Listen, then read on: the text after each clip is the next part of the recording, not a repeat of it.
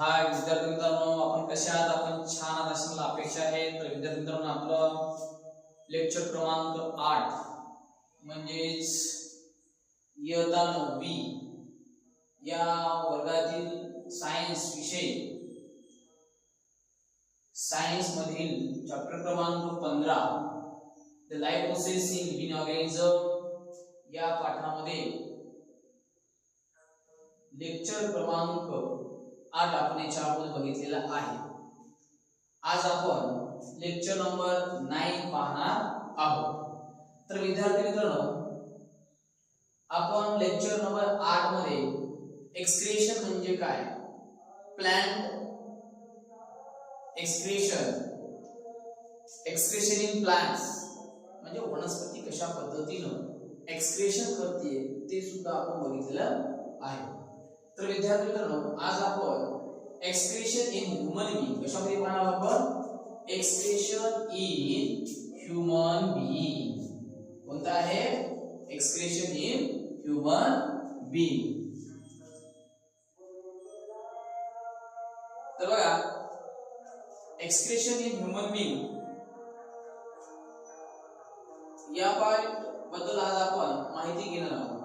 आता प्लांट्स किंवा ॲनिमल्स हे दोन्ही काय आहेत? लिव्हिंग वर्ड्स आहेत. आणि आपण याच्या अगोदर बघितलेलं आहे लिव्हिंग ऑर्गॅनिझम म्हणजे मायक्रोब्स, प्लांट्स अँड ॲनिमल्स यांचा समावेश होतो. आणि लिव्हिंग ऑर्गॅनिझम मध्ये कमी अधिक प्रमाणामध्ये काय होत असते?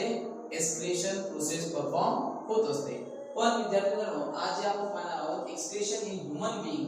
ह्यूमन मीन्स मनुष्य, मनुष्यामध्ये असलेलं उत्सर्जन संस्था ही आज आपण पाहणार आहोत.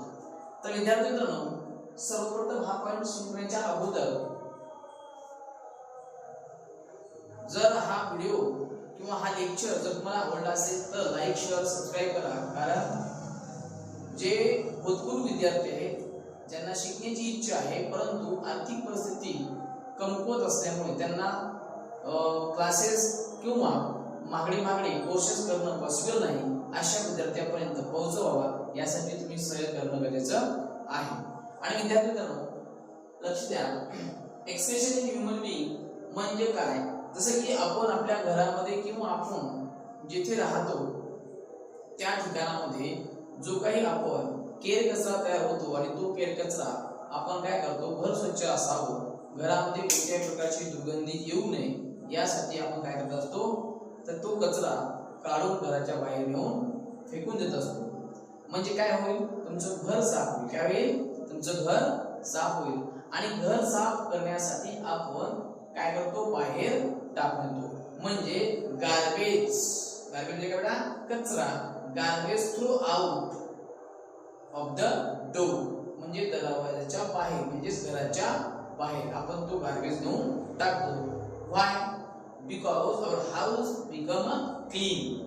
म्हणजे आपलं घर कसं होईल? स्वच्छ होईल. या कारणास्तव आपण काय करतो? कचरा घराच्या बाहेर टाकतो. त्याच पद्धतीने आपल्या शरीरामध्ये देखील होणारी जी घाण आहे, जे आपल्या शरीरामध्ये केमिकल रिएक्शन, मेटाबॉलिझम्स मध्ये होणारे जे रिएक्शन्स आहेत त्याच्यामुळे निर्माण होणारा जो काही घाण कचरा आहे, जे हार्मफुल सबस्टन्सेस आहेत, हार्मफुल गॅसेस आहेत, ते गॅसेस, हार्मफुल सबस्टन्सेस आपल्या शरीराच्या बाहेर टाकण्याच्या प्रक्रियेलाच एक्सक्रीशन असे म्हणतात. काय होतं? एक्सक्रीशन असे म्हणतात. जर आपण आपल्या घरामध्ये कचरा निर्माण झाला असेल, गार्बेज मोठ्या प्रमाणात असेल आणि ते आपण घराच्या बाहेर नाही टाकलं तर काय होईल? तर त्याचा परिणाम आपल्या शरीरावर होईल. कसा होईल? शरीरावर होईल. आपल्या घराची दुर्गंधी येईल, आपल्याला आजार होतील. त्याच पद्धतीने आपल्या शरीरामध्ये असलेली जी घाण आहे, वायू आहेत, विषारी वायू आहेत किंवा वेस्टेज सबस्टन्सेस आहेत, ते जर आपण रिमूव्ह केले नाही तर आपल्या शरीरावर त्या केमिकल्सचा, त्या पदार्थांचा आपल्या शरीरावर परिणाम होतो आणि हायली आपल्या बॉडीमध्ये इन्फेक्शन होऊ शकते आणि त्यामुळे ऑर्गन डॅमेज होतात आणि त्याचबरोबर आपला डेथ देखील होऊ शकतो. त्यासाठी आपल्या शरीराचं एक्सक्रीशन करणं महत्त्वाचं आहे. आणि तेच आपण या ठिकाणी आपल्या शरीरामध्ये कोणती सिस्टीम अशी आहे जी की आपल्या शरीरामध्ये नॅचरली जनरेट आहे, अरेंजमेंट केलेली आहे आणि ती आपल्या शरीरामध्ये आपल्या शरीरामध्ये असलेले घाण, कचरा, wastage material, harmful substances remove करण्याचे काम करत असते. पण ती सिस्टीम कोणती आहे तर त्या सिस्टीमचं नाव आहे एक्सेटरी सिस्टीम. कोणत्या बेटा? एक्सेटरी सिस्टीम. त्यालाच आपण एक्सक्रिएशन असे म्हणतो. त्याला आपण एक्सेटरी सिस्टीमला आपण एक्सक्रिएशन करणे, उत्सर्जन करणे, काय करणे? उत्सर्जन करणे.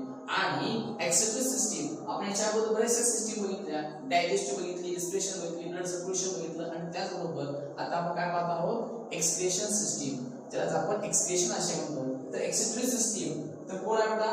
किडनी आहे आणि किडनी त्याचबरोबर युरेटर आहे, त्याच्यानंतर युरिनरी ब्लॅडर आहे, युरेथ्रा आहे. हे अशा प्रकारचे त्यानंतर मेंडुला आहे, कॉर्टेक्स आहे, अरेंट्रल ग्लॅंड्स आहे. हे जे काही पार्ट्स आहेत त्याचे ते एक्सेटरी सिस्टीमचे पार्ट्स आहेत.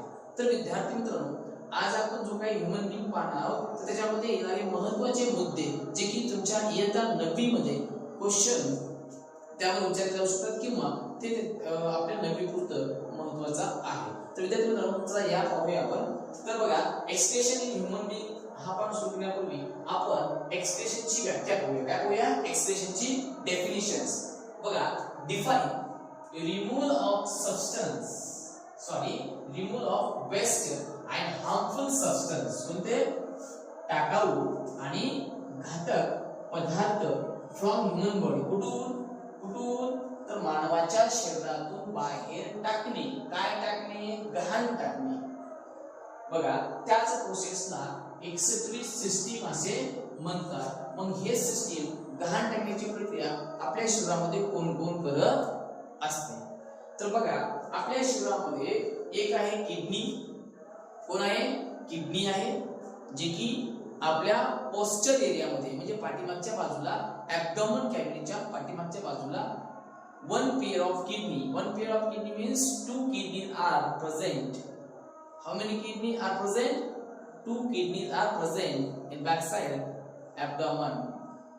Okay, तर abdomen म्हणजे पोटाच्या पाठीमागे एकूण 2 किडनी असतात. आणि त्याचबरोबर बघा बेटा, जशा 2 किडनी असतात त्याच पद्धतीने किडनीने फिल्टर केलेलं ब्लड, किडनीने फिल्टर केलेलं ब्लड, रक्त, ते त्याच्यामध्ये असलेले जे घाण आहे, रक्तामध्ये असलेली जी घाण आहे, ती घाण कोणाकडे पास आउट होते तर ते युरेटर कडे होते. कोणाकडे होते?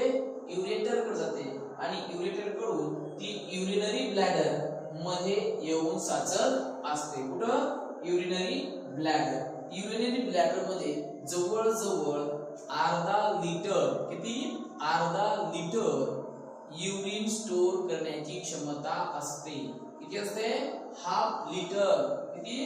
हाफ लिटर युरिन स्टोर करण्याची कॅपॅसिटी असते. कोणाची? युरिनरी ब्लॅडरची. जसे 2 किडनी आहेत तसेच 2 युरेटर देखील एक्सेटरी सिस्टीम मध्ये असतात. इथे असतात 2 एक्सेटरी सिस्टीम मध्ये 2 युरेटर्स असतात आणि त्यालाच कनेक्टर युरिनरी ब्लॅडर असतो, ज्याखाली युरेथ्रा असतो, जेणेकरून किडनीने फिल्टर केलेल्या ब्लड मधून ऍब्झॉर्ब केलेलं जे काही वेस्टेज सबस्टन्सेस आहेत, ज्याला आपण युरिन म्हणतो, ज्याला आपण अमोनिया म्हणतो, ते सबस्टन्स ते युरेटर कडे फ्लो होतात आणि युरेटर कडून ते ब्लॅडर मध्ये येऊन स्टोर होतात आणि ब्लॅडरनं स्टोर केलेलं जे काही युरिन आहे ते युरिन आपण युरेथ्राच्या माध्यमातून त्याला बाहेर रिमूव्ह करत असतो.